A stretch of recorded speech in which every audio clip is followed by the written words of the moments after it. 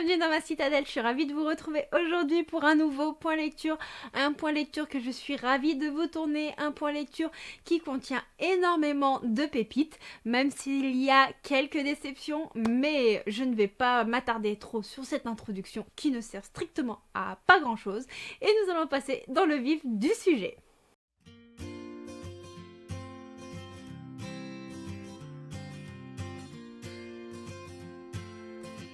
Je vais vous parler de L'amour en A de Helma Hyde, publié chez Cherry Publishing, une romance que j'ai été ravie de découvrir, qui m'a été proposée en service presse, et je peux vous dire que cette histoire frôle le coup de cœur.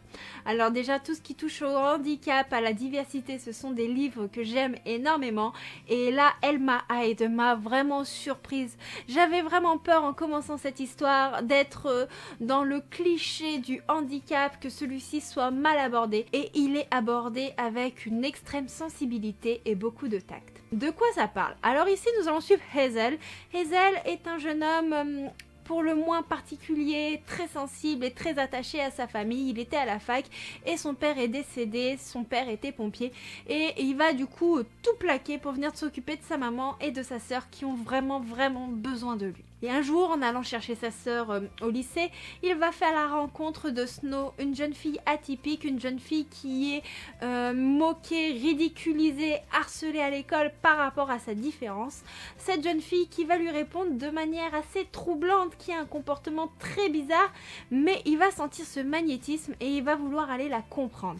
Des liens vont se créer entre eux et il va vite comprendre que cette jeune fille est autiste, et quand elle a été trimballée de famille en famille d'accueil, tout simplement parce que sa mère avait du mal à accepter et à gérer sa différence. Autant dire que c'est une histoire vraiment prenante et bouleversante, mais la maladie de l'autisme est abordée avec tact, sensibilité, et nous sommes dans un autiste Asperger, ça je tiens à le préciser, parce que selon la catégorie d'autisme, bien entendu, les symptômes et tout ce qui s'en passe, enfin symptômes, j'aime pas ce terme-là, mais la personne ne va pas réagir de la même façon. C'est un roman qui met vraiment la beauté de l'amour, quelle que soit la différence, qui montre que on a beau être handicapé, on a beau avoir des difficultés dans la vie, et ben on peut aimer et être aimé en retour, et ça m'a vraiment touchée.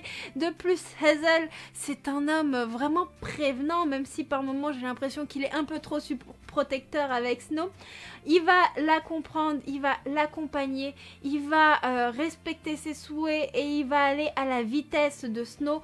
Il va être prévenant dans chacun de ses gestes, c'est-à-dire qu'il ne va vraiment rien faire sans son consentement, que ce soit même lui poser une main sur l'épaule, et c'est quelque chose qui est beau parce que la notion du consentement dans ce livre m'a vraiment bluffée.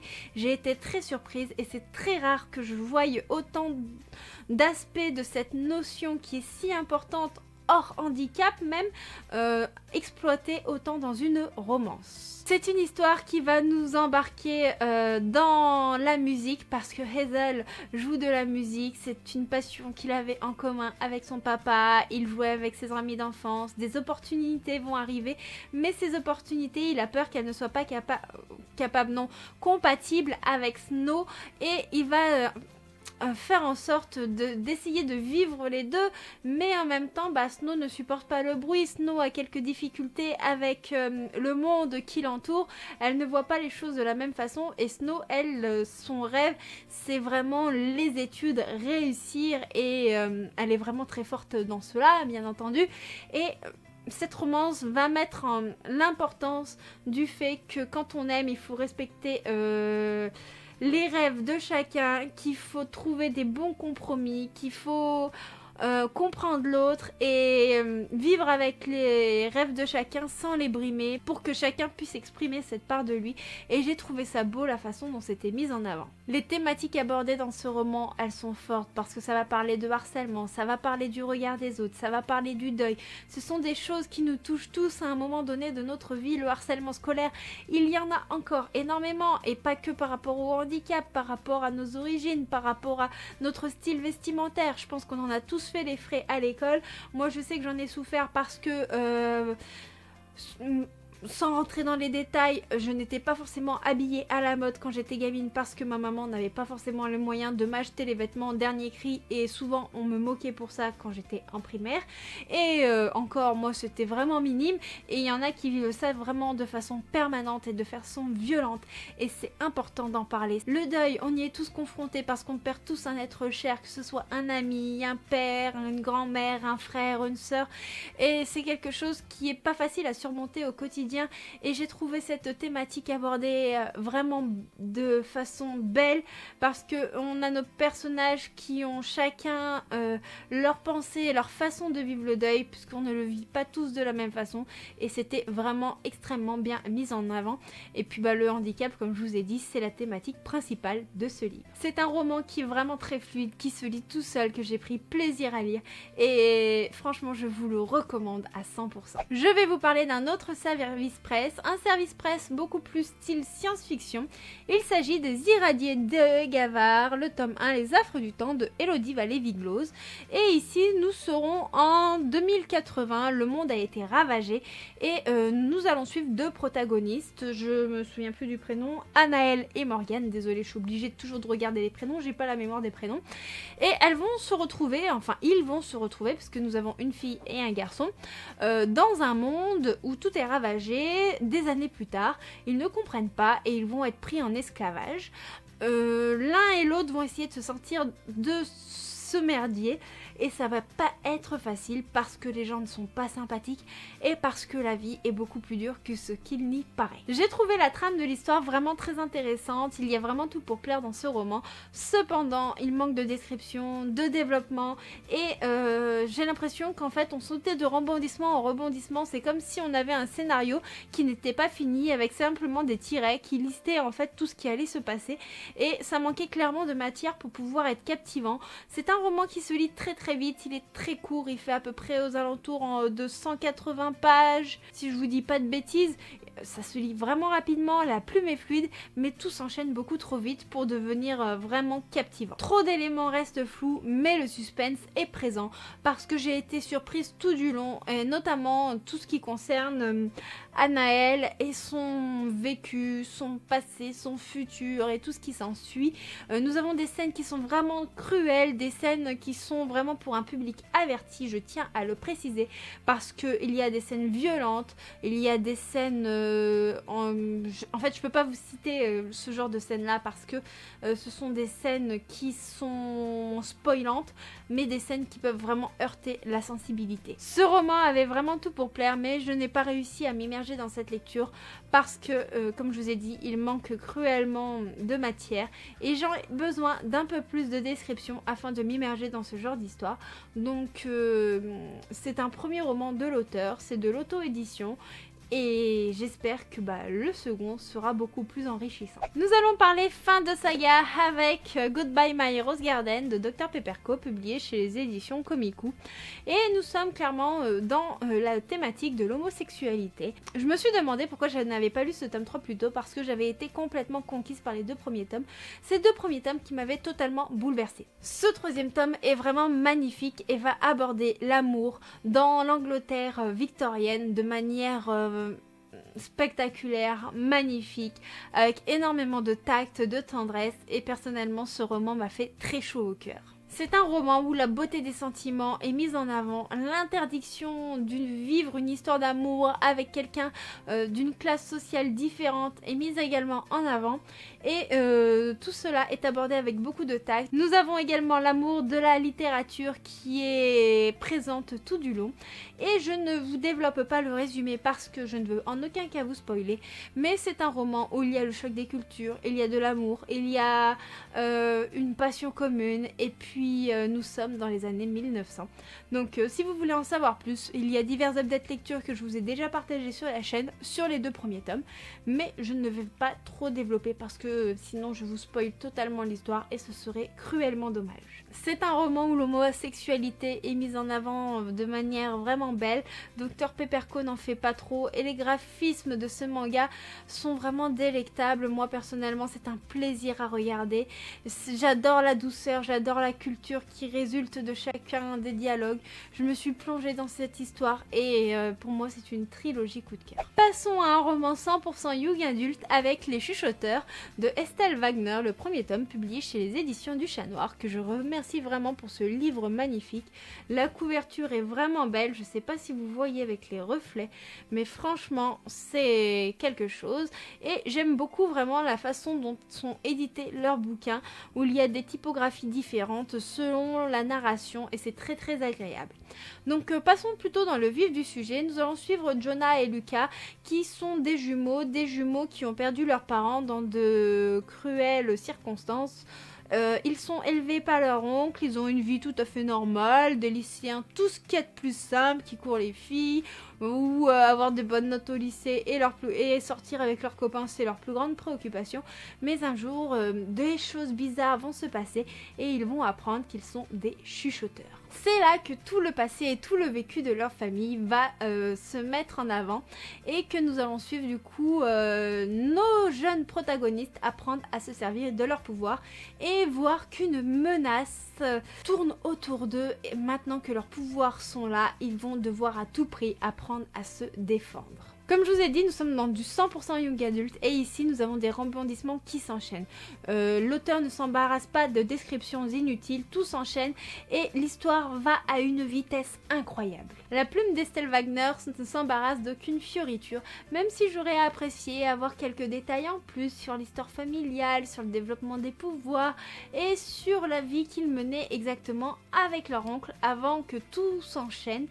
Parce que je recherche un petit peu plus dans mes romans actuellement, mais cela est parfait pour un public entre 16 et 23 ans je pense, même si c'est un livre qui peut se lire à tout âge. J'ai adoré les thématiques que aborde Estelle Wagner parce que à travers Les Chuchoteurs, nous avons énormément de mythologies qui sont abordées au niveau des créatures, de la magie et de tout ce qui s'ensuit et c'est bourré de références et c'est très très agréable. Moi personnellement j'ai adoré ça. J'ai retrouvé mon amour pour la mythologie grecque, j'ai retrouvé énormément de clins d'œil et je vous avoue que ça fait plaisir à voir. Nous avons également une balance entre le bien et le mal et ça je vous avoue que c'est quelque chose que j'aime énormément en littérature, que tout ne soit pas blanc et que tout ne soit pas noir parce que le monde en réalité il est nuancé, une personne n'est pas parfaite et du coup quand on a des personnages qui sont mis en avant de cette façon là, je trouve cela très très agréable. J'ai passé un agréable moment avec ce livre, un livre qui est pour l'instant très introductif sur l'univers et dont j'espère voir se développer par la suite, mais c'est encore une très belle découverte de la part de cette maison d'édition. Cette fois-ci nous allons passer encore à une lecture que j'ai reçue en service presse, qui est une romance à la ferme. Il s'agit de Toi pour une autre vie de Angélique Lace. Ici, nous allons suivre Noémie, qui est une jeune avocate parisienne, qui est vraiment submergée par son boulot, qui est en couple, mais son couple est assez particulier, ça ne va pas fort, elle ne sait pas trop ce qu'elle veut, et puis sa sœur va l'embarquer en Savoie, dans une petite ferme où il y a un petit gîte tenu par la sœur du fermier. Et c'est là que nous allons faire la rencontre du beau Léo. Léo qui est très solitaire, torturé et qui refuse un petit peu la compagnie des touristes. Mais quand il va voir Noémie, une attraction entre les deux va se former. Noémie est vraiment pas faite pour la ferme et pourtant elle va prendre plaisir et se découvrir une autre façon de vivre à travers cette histoire. C'est une romance qui est vraiment très intéressante, nous sommes vraiment plongés dans le milieu de la ferme, immergés vraiment là-dedans. Nous allons faire la rencontre de chèvres dont certaines vont vous faire fondre. Nous allons vraiment être immergés dans ce pays savoyard aux côtés de Léo, de sa sœur, des montagnes, des pâturages. C'était vraiment mignon. Nous avons un esprit familial qui est très très agréable, mais pourtant j'ai trouvé que la romance avançait beaucoup trop vite. Qu'est-ce que j'entends par là ? Nos personnages sont présents pour une courte durée, pour des vacances, et nous avons une romance qui se crée quasiment instantanément et moi ce n'est pas quelque chose que je recherche. J'aime bien les romances qui prennent leur temps, où on sent l'attirance, l'alchimie, les personnages se tourner en tour, quelque chose qui fait beaucoup plus réel. Les histoires passées de nos protagonistes sont en lien avec des thèmes d'actualité, des thématiques importantes et malheureusement pour moi elles sont un peu trop survolées. J'aurais aimé beaucoup plus de descriptions qui développent la vie de Noémie et également la vie de Léo. En bref, c'est un livre qui se lit facilement, j'ai passé un agréable moment, mais c'est encore une fois un livre qui manque de matière pour moi, qui mériterait plus d'approfondissement, surtout sur certaines thématiques abordées qui sont assez graves. Je ne veux pas les développer parce que c'est pareil, c'est du spoiler si je les aborde, mais ces thématiques-là mériteraient vraiment qu'on fasse un gros zoom sur elles et qu'on s'attarde dessus parce que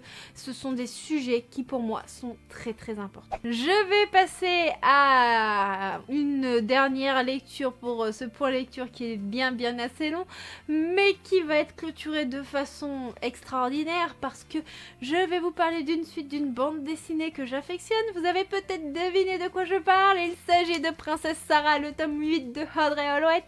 Et donc je vais rester brève parce que je ne voudrais en aucun cas vous spoiler, mais je pense que vous savez de quoi je parle depuis le temps que je vous bassine avec cette bande dessinée. Et ici nous clôturons un nouvel arc de la saga de Princesse Sarah avant d'en entamer un nouveau avec les tomes qui suivront. Ici nous avons encore un tome hyper addictif, au graphisme splendide, qui nous plonge dans l'ambiance et qui nous embarque dans la vie de Sarah, de ses amis et de tous les commérages qu'il y a autour de notre belle indienne. La bande dessinée se clôture de manière surprenante et j'ai aimé le choc des cultures entre le passé et le futur où nous avons une confrontation entre la technologie et tout ce qui est ancien parce que nous sommes dans un monde quand même assez historique et ça m'a fait vraiment rire, ça m'a fait sourire. J'aime nos personnages, j'aime l'évolution qu'il y a entre les protagonistes puisque nous avons vraiment une réelle évolution et ça me faisait vraiment plaisir de voir ça. La tournure des événements était vraiment géniale et j'ai encore passé un incroyable moment avec Sarah, ses amis.